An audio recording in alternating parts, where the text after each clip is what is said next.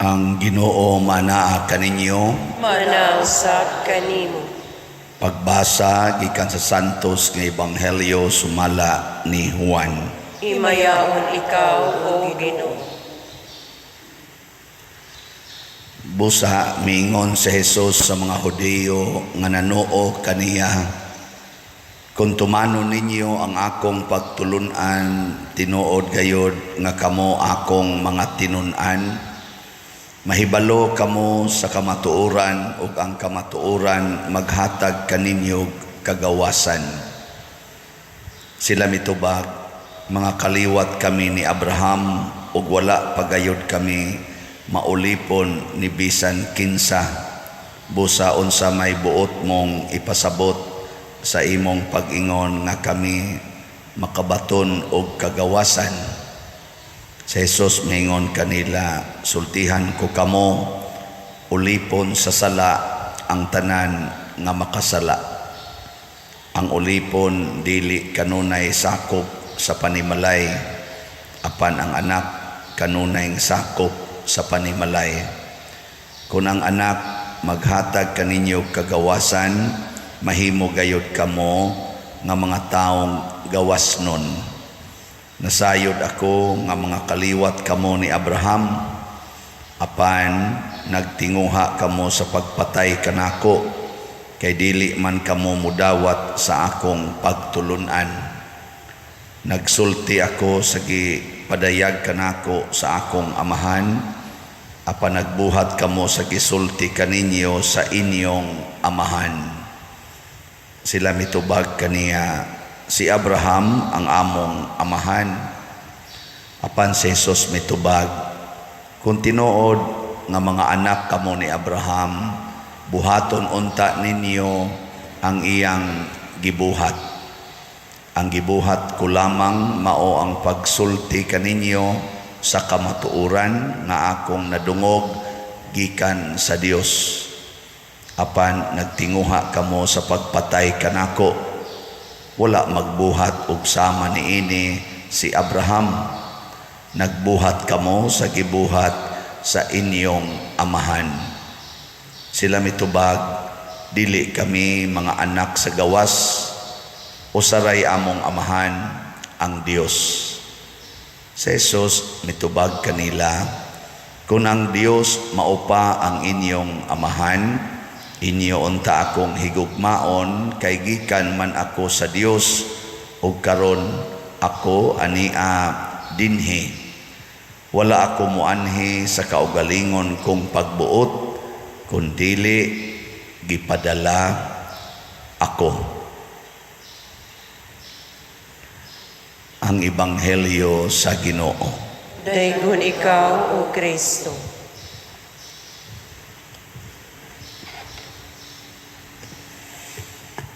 Ang mga Hudiyo, duha ka klase na ay mituo nga si Jesus Mesiyas, na asay wa mutuo.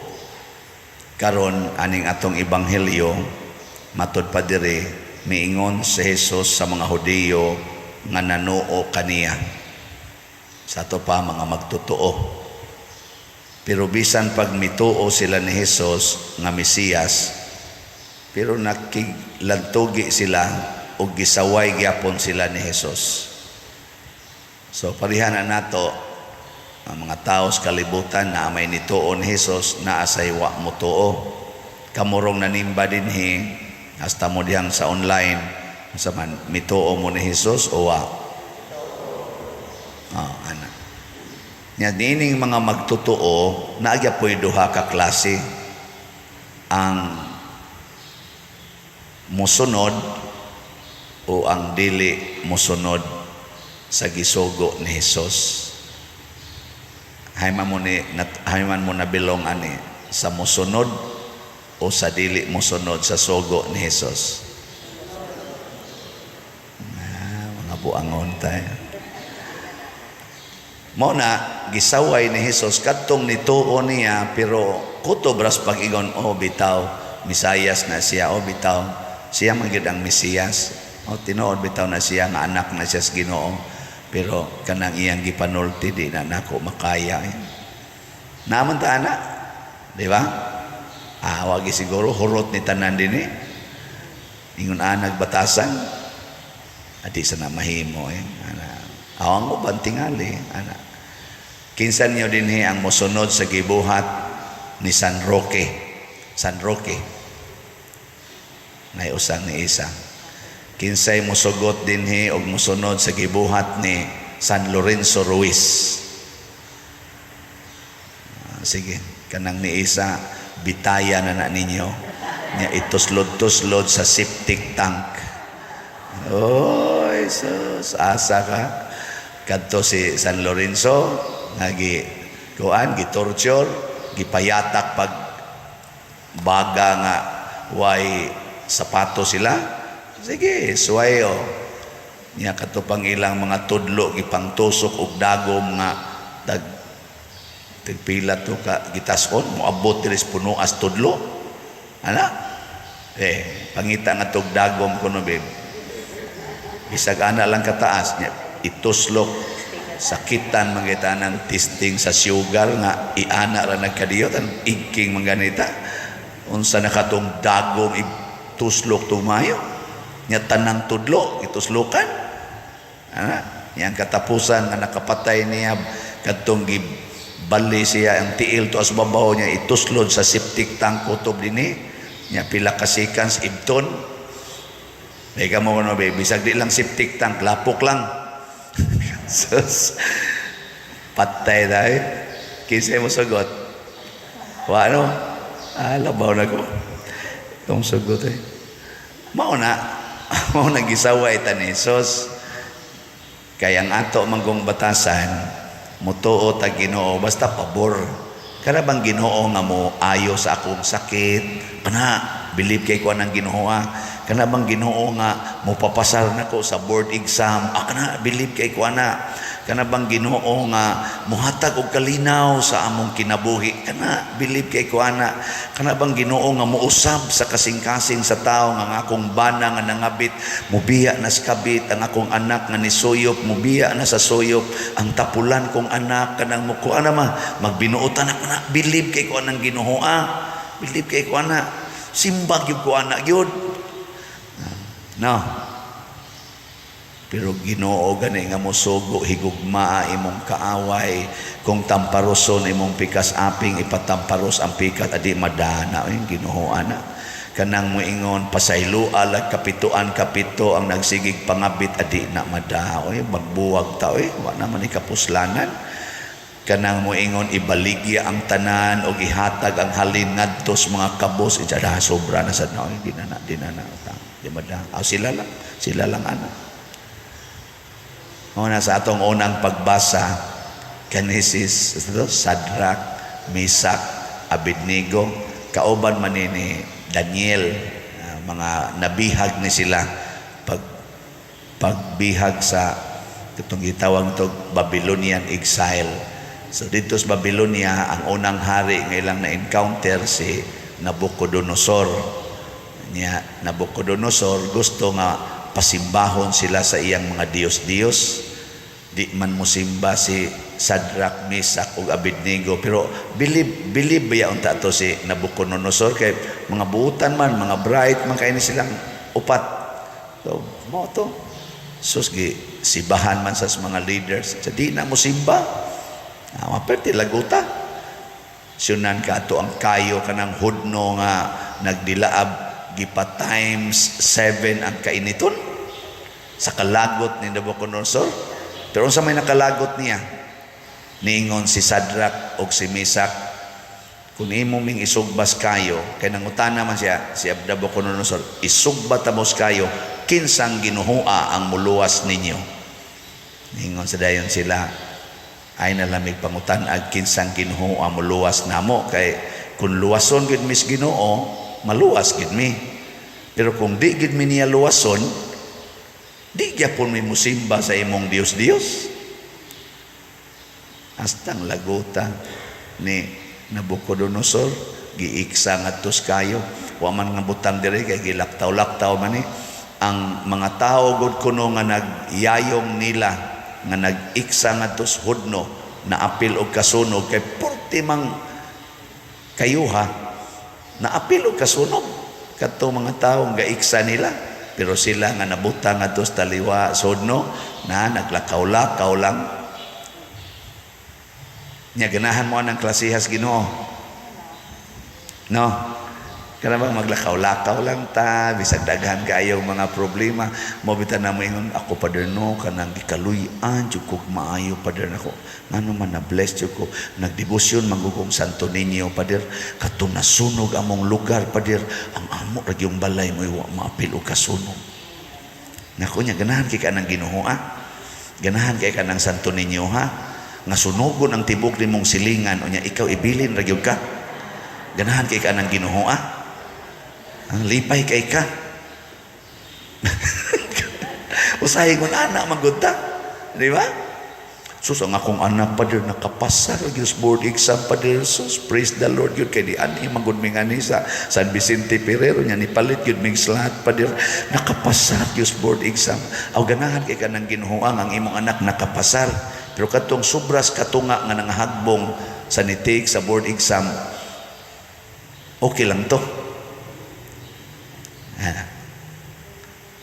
Ang sabahan, sakto. Naayo jud ko sa akong cancer Pader, stage 4 gud ko, cancer free lang ko. Believe jud ko sa Ginoo. O sige, daigan ng Ginoo Pero unsaon man to katong nangamatay nga purting daghana nga stage 4 pod. Wa dito sila Ginoo para sa imo. So matod pa ni Kristo, kung musunod mo sa akong mga pagtulunan, masayra ninyo, mahibaluan ninyo ang kamatuoran, o ang kamatuoran mo'y muhatag ninyo kagawasan. Unsa may kamatuoran mga igsoon, dinhis kalibutan, mga matay ragit ang tanan. So dili sukdanan nga ang Ginoo na higugma nato tungod kay wa ta mamatay sa usa ka aksidente, wa ta namatay sa grabe nga sakit, di na maoy timaan nga naay Ginoo. Kay daghan sa kay dihang wa mo tuo Ginoo nga wa gyapon mamatay bisan pa panahon nga naglinog, panahon nga naay flash flood, panahon nga naay nahog nga sakyanan, naa say mga buangon diha nga wa gyud mo tuo Ginoo pero wa gyapon mamatay. Naa say mga buutan nga wa gani mabangga, patay na. Ug naa say mga buutan nga nabangga, patay, sama ni Bishop Chupilo Kamomot. Unsa may timailhan kanang dunatay kagawasan, freedom. Unsa man ang freedom? Kana bang di ka mo mahadlok, mubuhat og usa ka desisyon sa pagsunod sa Ginoo. Sama aning desisyon nga gihimo ni Sadrak, Misak ug Abednego. Free sila. Isugba mi nimos kayo? Okay. Mamatay mi? Okay. O di sad mi mamatay? Okay. Kana mo na'y free? May ka mo mga asawa, makahimo ka mo desisyon na kung mangabit akong bana, okay ra. Kamaom sa kong mahigog magmangabit. O di sad mangabit? Okay gyapon. Mahigog maraman gyapon ko. Ana mo ka free, mga asawa. Ha? Ana? Oh, mga buangon mo. Labaw ng mga bana. Mga bana ko no be, kinsa may free ko no nyo din Moingon mo, mangabit akong asawa, free. Okay ra gyud. Di jud ko mo mausab akong paghigugma niya. Og di sad siya mangabit. Okay gyapon. Pari equal ra kay kamao man kong mohigugma kung mangabit siya o di siya mangabit. Ana mo, mga bana. Ako free ra gyud ko. Mupalit mog slot. Okay. Og di sad mo mupalit. Okay ra gyapon. I will always love you. Di ba? Yan, ipalit na mong slot. Free mo nga mo palit og slot. Uy, daghan kay mong mga question mark. Unsa mo palit ko? Unsa may akong palit ka bugas? Yang mo palit ko? Unsa may ako? Unsa na lang ana? Gamiton man gud akong kwartaha Father God. Napa mangugoy project Father God. Napa mangugoy daghan kay tag mga kondisyon una pa ta mo palit og slot. Kanon tang free ka, mo palit kog slot. Nya napakamoy bugas ugma, ug naa, okay. Ug wa nay bugas, okay. Basta mo palit kog slot karon, I am free. Kay unsa may kamatuoran nang pagpalit og slot mao ang pagtuman sa sugo sa Dios nga nag-ingon, ibaligi ang tanan nimong katigayunan ug ang halin ihatag ngadtos mga kabos. Kabos maron ang simbahan kay nangayo man tag hinabang. Di ihatag. Ingkaw niya ako ay wa man mag-ingos Kristo nga pasagdan ka. Ingon man siya kana mga langgam, kana mga balili, mga buwak, wa magina nako pasagdi, kamo na ba? Tuo mo ana. Unyag dito mo nganong di man mo mupalit og slot kada adlaw. Bisag kada semana na lang. Di ba? Og dito pa ka. Ingon man ka, unya magkuan sa tapadiroy managana sa ta sa future, dili ka free. Na ay naghigot nimo, na ulipon kas imong kahadlok, na ulipon kas imong mga worries, na ulipon kas imong pagka-futuristic, na ulipon kas imong utok nga makasasala. Muna ningon si Kristo, unsa gud tay free, bisag kinsa nga nakasala, ulipon sa sala. Kanang 7 capital sins, mo na kusog kay mo ulipon na to. Example, pride. Kung gusto ka ang imong balay dako gyud, ang imong yuta dako gyud, unsa may imong muhaton, di jud ka mo donate sa imong yuta nga resimbahan. Imo ginang ipapalit og mahal kaayo. Kaya nga naman, imo man ang yuta. Muna bilib kay ko ng uban, mo donate og tagpila ka hektarya, no? Para ng kapilinya, gidonate 3 ka hektarya. Free kay siya ba? Ipangitanan ako ang tag-iya, Father Lindon, nga na imong nang gidonate? Saon man ang yuta, Padre, naihatag sa Ginoo. No? Kita din punga-punga na taon-taon. Sige, baligyag slot para lang ta. Adi isa kong ingon nga bati na ang pagpabayad sa yuta. Pero nga ko ba, free ba ka nga mo hatag? Di ba ka mahadlok? Pride man na. Ako guna. Saka imo nang yanu-yanon? Ako guna. Ako. Mao man ang pride. Ako. Anger. Free pa ka ng anger? Hindi, madaway. Anger, naglagot ka sa katao, free pa ka mo smile niya. Ikakita ninyo, ani simbahan yan, ipakita, panaginig sa unay, niya na ang imong ikalagutas iskina, pika side nimo. Muana pa ka? Hello, ay, matab, sulirap na yun. Pero kanang free ka nga mo katawa, free ka nga mo smile, tungod kay kamao kang mohigugma sa tao nga naglagot nimo, sa tao nga nagbuhat ni mong dautan, free ka nga mahigugma niya. Muna'y freedom. Salamat sa mga free nga nihatag og slot.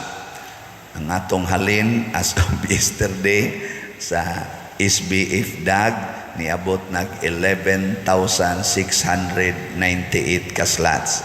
Papa.